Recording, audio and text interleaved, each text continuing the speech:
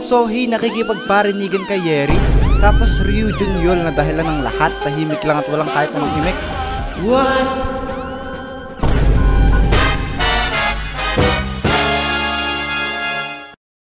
Okay, so alam naman ng lahat na hindi talaga ako usually nakikisawsaw sa mga issue na nagaganap sa social media.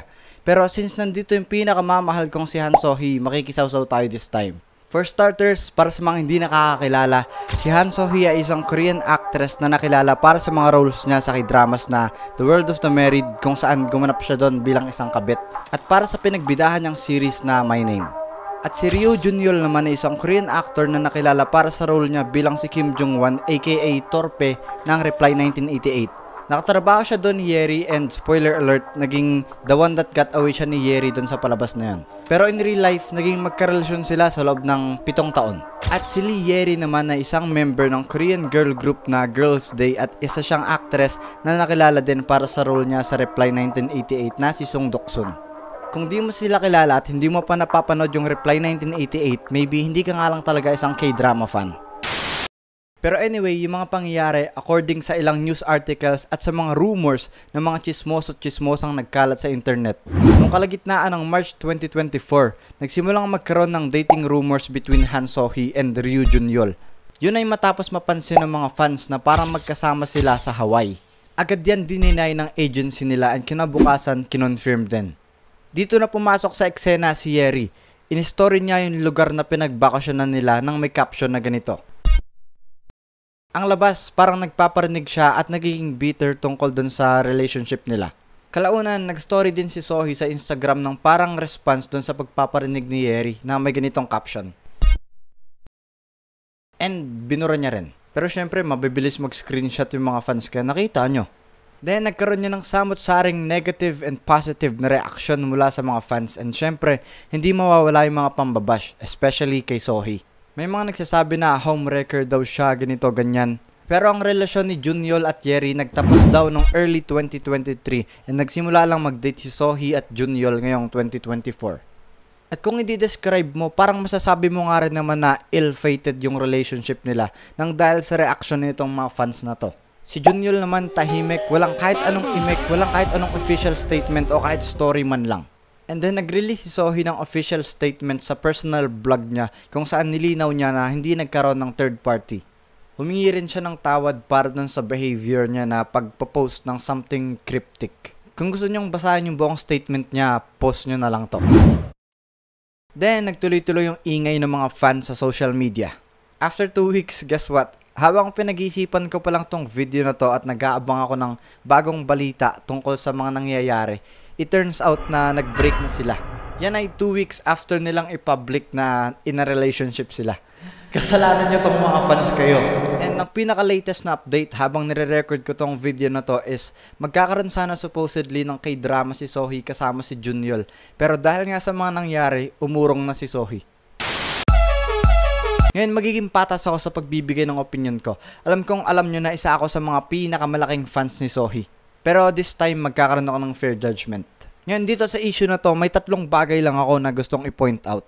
Una, walang tao na bawal makadama ng pagmamahal sa taong gusto niya. Si Jun-yeol at Yeri nagtagal sa loob ng 7 years. Masasabi mong isa nga naman siyang long-term relationship kaya naiintindihan ko rin yung pinanggagalingan nung ines nung ibang fans. Pero in the first place, hindi rin naman natin alam kung bakit sila nagtapos. Never nila dinisclose sa public yung dahilan ng pagbe-breakup nila. Kaya hindi rin natin naiintindihan kung bakit ang bilis naka-move on ni Jun-yeol. Wala tayo sa posisyong manghusga kasi wala tayong alam. Bilang isang OG fan ni So-hee, mabibigla ka rin sa balitang to eh. Kasi sabi ni So-hee sa isang interview noon, hindi niya gusto magkaroon ng serious relationship o ikasal. Dahil daw yun sa nakita niya yung POV ng pagiging kabet at natatakot siya na mangyari sa kanya yun. Naka, kung ito yung girlfriend ko, hindi ko nakakailanganin tumingin sa iba. Sa ganda nito, titingin ka pa ba sa iba? Magagawa mo pa bang magloko? Ultimately, walang masamang mahulog. Hindi talagang madaling pigilang mahulog or minsan hindi mo talaga mapipigilan yung sarili mo na mahulog para sa isang tao. Pero of course, alam naman nating lahat yung mga attraction na talagang bawal naman. Tulad ng pagiging attracted sa someone na nasa relasyon o someone na kasal na. It's either sira ulo ka o may problema sa'yo. Yun lang yun. Pero dito sa kasong to, parehas naman silang single eh. Kaya bakit ang dami niyong problema?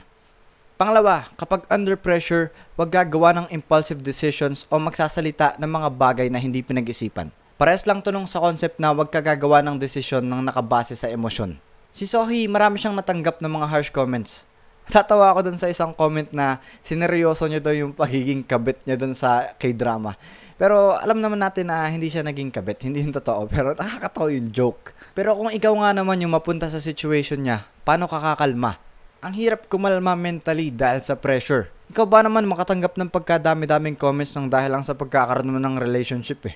Well, sa part na nagparinigan sila, dito ko inaamin na nagkamali si Sohee. Kasi sobrang sikat siya eh, kahit anong ilabas niya, kahit burahin yan within 1 second, meron at merong fan na makakapag-screenshot niyan. And in most cases, kahit sa pangkaraniwang tao, never nagkaroon ng mabuting dulot yung pagpaparinig sa social media. Pero kung iisipin mo, yun lang yung naiisip niyang paraan para i-defend yung sarili niya. Kasi nananahimik lang si Junyul dito eh. Wala siyang kahit anong ginawa para depensahan si Sohee. Kaya as a result, nakapag-post si Sohee ng something para i-defend yung sarili niya sa hindi magandang paraan. At pangatlo, kapag public yung relationship mo, expect na kahit anong oras pwede kang makatanggap ng panghusga kahit ganong kaganda o kapangit yung pag-handle mo sa relationship mo. Alam nyo, they don't owe us any explanation. Kaso public figure sila kaya maraming taong engage sa personal life nila na medyo nagbibigay sa kanila ng responsibility na i-update yung mga fans nila.